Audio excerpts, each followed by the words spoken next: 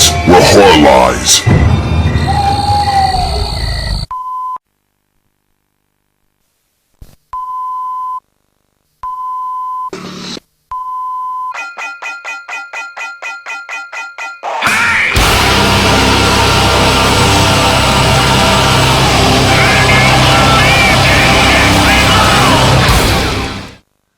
Hey everybody, welcome to BodyBags. The theme this week is summer horror movies set in the summer.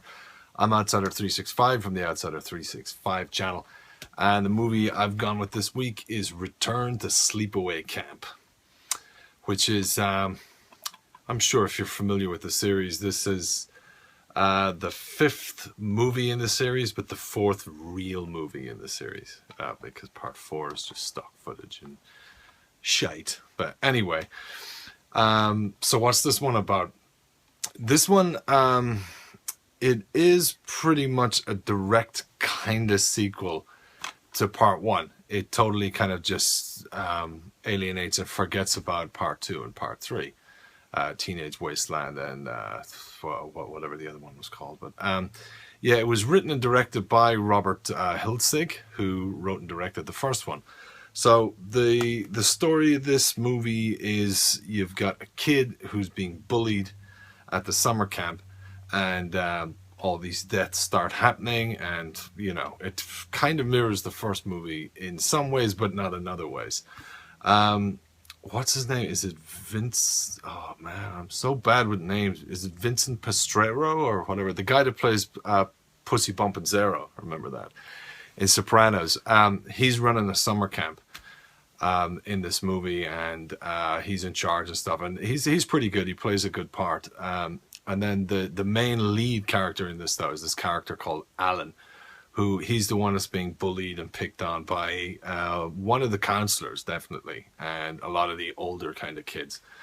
And you know, that's kind of the thing of the movie. But it's a very unbalanced kind of movie, because like that character Alan is quite unbalanced, as in it's not really clear if he's sick or if he's, you know, he's got some syndrome or he's got some disorder or something like that.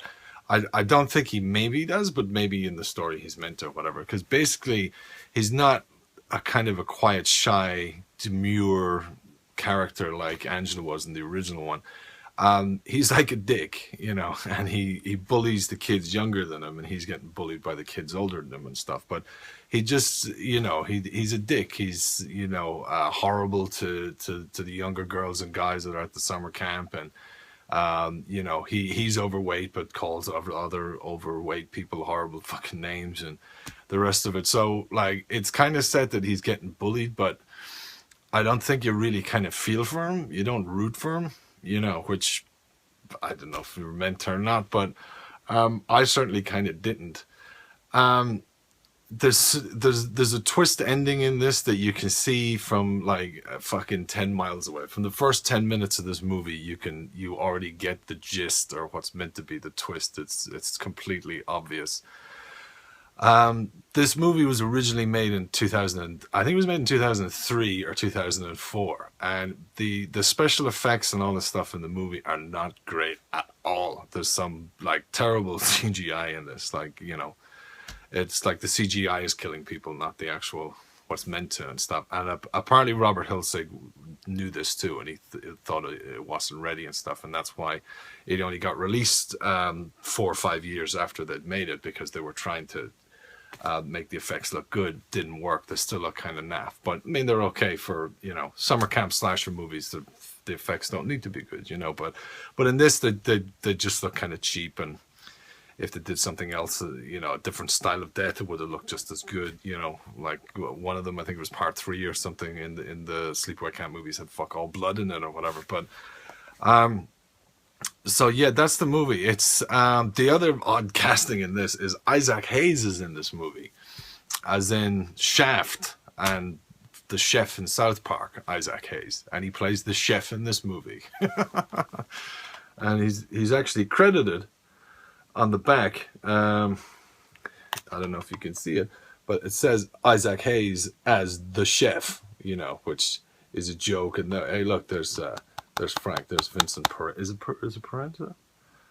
Pastora, Vincent Pastora. Fuck, I got his name wrong first time. And Paul D'Angelo is in it too, but Vincent Pastora. But the actual lead character, Alan, he's not even in here, you know.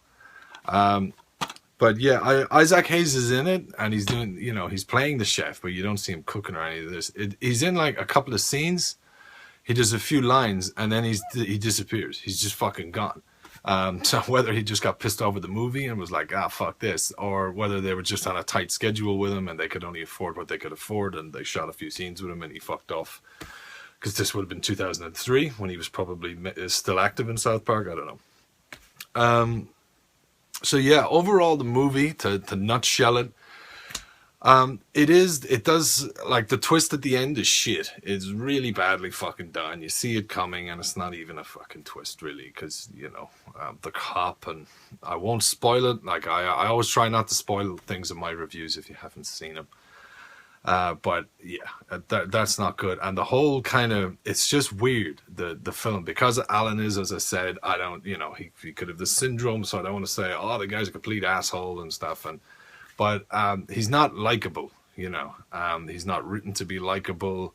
He's this dirty, greasy kid. He gets egged on. He gets paintballed. He's fucking food all over his clothes and stuff, and he's wearing the same horrible, dirty T-shirt that just gets dirtier and dirtier, you know, throughout the day or two or three that the movie is set in. Vincent Pastora, or Pastora? Oh man, but Pussy from Sopranos. He's a good actor, but he's not that likable either, because he kind of walks that line between running the camp and being a dick, and, you know, he's not cool to Alan. And there are other characters that you know, you kind of like, but then you don't. So there was no one in the movie really that I fucking gave a shit about, and Alan, who's meant to be the star or the main character, you weren't rooting for him, you know. So it's kind of a thing that, as it gets to the end, I just lost interest. The first time I watched this, I didn't give a shit. I did watch it again before I reviewed it, and the same kind of thing. I just didn't get into it, didn't really care, you know. I'm a real big fan of Sleepaway Camp and the sequels, you know, except Survivor. That's a piece of shit.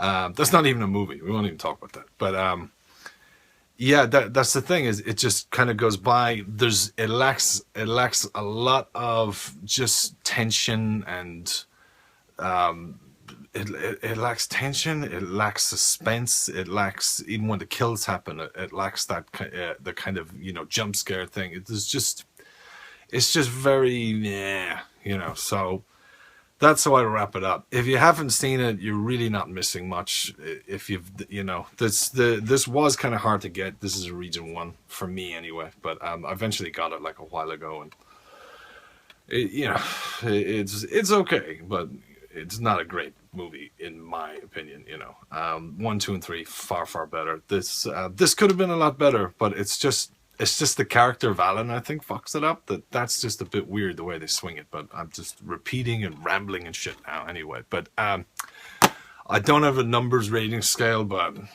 I'd give Return to Sleepaway Camp a solid meh, if I was to try and rank it. I've been talking about Return to Sleepaway Camp. I'm OUTSIDER365. Thanks a lot for checking out the videos. Subscribe to BodyBags, and I will be back next Saturday with another review. See you now. Have a good week. Bye-bye.